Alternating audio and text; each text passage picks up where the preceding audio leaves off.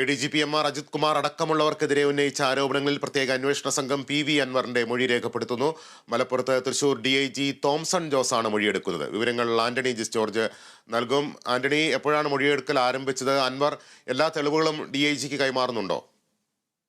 തീർച്ചയായും ഏതാണ്ട് 11:30 അൻവർ മലപ്പുറം ഗസ്റ്റ് ഹൗസിലേക്ക് എത്തിയത്. ആ ഗസ്റ്റ് ഹൗസിൽ വെച്ചാണ് മൊഴിയെടുക്കൽ നടക്കുന്നത്.